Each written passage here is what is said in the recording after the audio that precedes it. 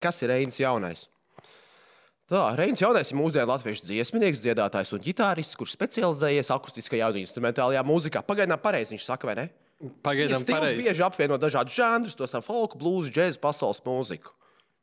Viņi ir gatavi strīdēties ar visiem, jo tā tomēr ir iela dzīve. Tas ir jābūt tādam cilvēkam, tur ir jābūt tādam, kas ir gatavs pastāvēt par sevi. Tu ar vairākiem auto dodies ceļojumos savās tūrēs.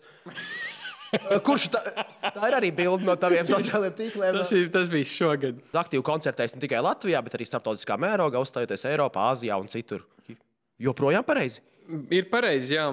Bet tur tālāk viņš, man liekas, ka samulsīs, tāpēc, ka... Tālāk viņš jau samuls, ja tev interesē viņa konkrēti albumi, tad meklē kaut kur. Skatoties uz tavu grafiku, tu varētu nezināt, bet vidēji sanāk, ka tu nespēlēji 2 dienas nedēļā. Bija laiki, kad ar viltotām pasas kopijām mēs maucām iekšā depiņā.